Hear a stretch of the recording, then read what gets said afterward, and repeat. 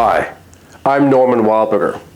Today we're going to talk about harmonic ranges and pencils of points, an important notion in projective geometry. It comes about by our notion of cross ratio. If we have 4 points A, B, C, D along a line, then the cross ratio is a number, and it's the ratio AC to AD divided by BC to BD. So it's a ratio of ratios. And when we say AC over AD, what we mean is this vector divided by this vector. So in this case, that would be 1 to roughly 2.8. Divided by BC over BD, that would be this vector divided by this vector. Well, that would also be roughly 1 to 2.8, but with a minus sign because they're in different directions. So the ratio of ratios would be -1. That's what we mean by having a harmonic range of points, when the cross ratio is equal to -1. Last time we saw that if we interchange A and B, then the cross ratio inverts. It goes from K to 1 over K. Since 1 over -1 is also -1, it means that this harmonic condition is unchanged if A and B are interchanged, or if C and D are interchanged, or in fact if both pairs are interchanged. So it only depends on the pair of points AB and the pair of points CD, and so we write that with this notation, H of the side AB, comma, the side CD. Now the square of the cross ratio can be described also in terms of ratios of spreads.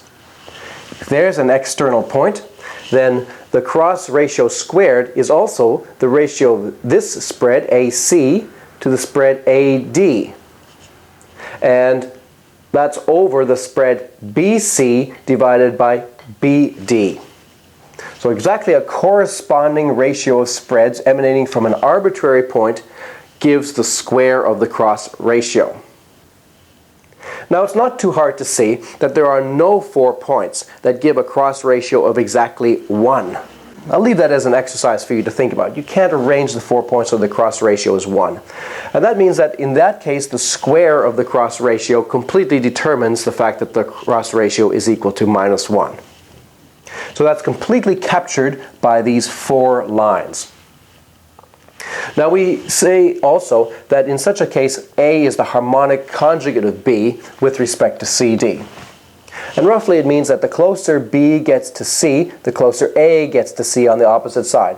And as B moves towards the midpoint, A goes very far away in that direction. And once it crosses the midpoint, then A is far down here, and as it approaches D, then A approaches D over here. Now remember, we're actually working in projective geometry. So there's like the situation when B is in the midpoint corresponds to when A is infinitely far away, but that's actually the infinite point on our line. So that's a very special case that's important to keep in mind. When B is the midpoint of CD, then A will be infinitely far away. It'll be an infinite point. Roughly, you should think, well, that means that the vector dA and the vector CA are more or less equal, and so this ratio here is 1. Let's have a look at the corresponding notion for lines. Since this cross ratio only depends actually on these 4 lines, so it can also be associated with these 4 lines. And so now interpreting the picture that we had on the previous slide in terms of lines, suppose there's our point of concurrency. There's our line A, there's B, there's C, and there's D. This is a situation where this is actually a harmonic pencil of lines. And how do we know that? Well, because we've created B and A to be the bisectors of the vertex CD. So these are equal spreads here, and these are equal spreads here. That means, by the way, that the 2 bisectors have to be perpendicular. If we look at a parallel line through here, then the intersections are this point, and this one will be the midpoint of these. And the intersection with this line is infinitely far away. So this is exactly the harmonic range of the kind that we were talking about at the end of the last slide. And since that's a harmonic range, this corresponding pencil of points is a harmonic pencil, because that's an important special case. In projective geometry, if you have 4 points, no 3 of which are collinear, that's called a quadrangle. So here's PQRS, which is a very special quadrangle. It's actually a square. And any quadrangle determines 6 lines joining those 4 points in all possible ways. Let's take these 2 lines. They're called pair of opposite lines because they don't intersect at one of the original 4 points.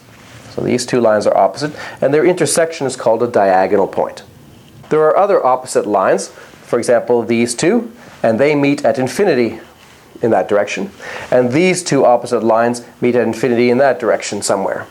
So there are also diagonal points at infinity in this direction and at infinity in this direction. Now if we take the line through this diagonal point, which is parallel to these 2 sides, in other words, which meets this common point at infinity also, and we take this line here in the same way, then these 4 lines that meet here form a harmonic pencil. And that's because it's just a special case of this. This vertex is bisected by these 2 lines. Or conversely, in this case, these ones are the bisectors of those ones. So that's a harmonic pencil of lines formed from a square and its diagonals. Now suppose we project this picture to an arbitrary quadrangle. That is, we look at this plane from perspective point of view and take a picture of it. So here might be the picture PQRS of our original 4 points. And you can see how the lines have been transformed. Now the sides meet not at infinity but at x, y, and z. And here are the 3 diagonal points, and they're all visible. But since projection is a notion that preserves cross ratio, that's the crucial quality about the cross ratio, it means that now these 4 lines meeting at x are also a harmonic pencil. And similarly, the 4 lines meeting at y form a harmonic pencil, as well as the 4 lines meeting at z. So for example, at here, this line is the harmonic conjugate of this one with respect to the 2 blue lines. And similarly, this line is the harmonic conjugate of this one with respect to the 2 green lines. That implies that there are all kinds of harmonic ranges around. Once you have a harmonic pencil of lines, you can intersect those lines with any line at all, and you get a harmonic range of points. So that's a harmonic range. That's a harmonic range. That's a harmonic range, and you'll see many others. So a general quadrangle like this has many harmonic ranges and pencils associated to it. To make that previous argument precise, we've actually used the fundamental theorem of projective geometry, which says that if you have any 2 quadrangles, then they are related by a projectivity, that is, by a sequence of perspectivities. So that allowed us to go from a square to a general quadrangle. We're going to talk about that next time. But I'd like to leave you with this challenge of a particular cyclic quadrangle. So P, Q, R, and S are on a circle. And here are the diagonal points as before. But I'd like you to think about why, in fact, there's some additional harmonic ranges of points in this configuration. For example, X, Z, and this point U and this point V, where this line intersects the circle, also form a harmonic range.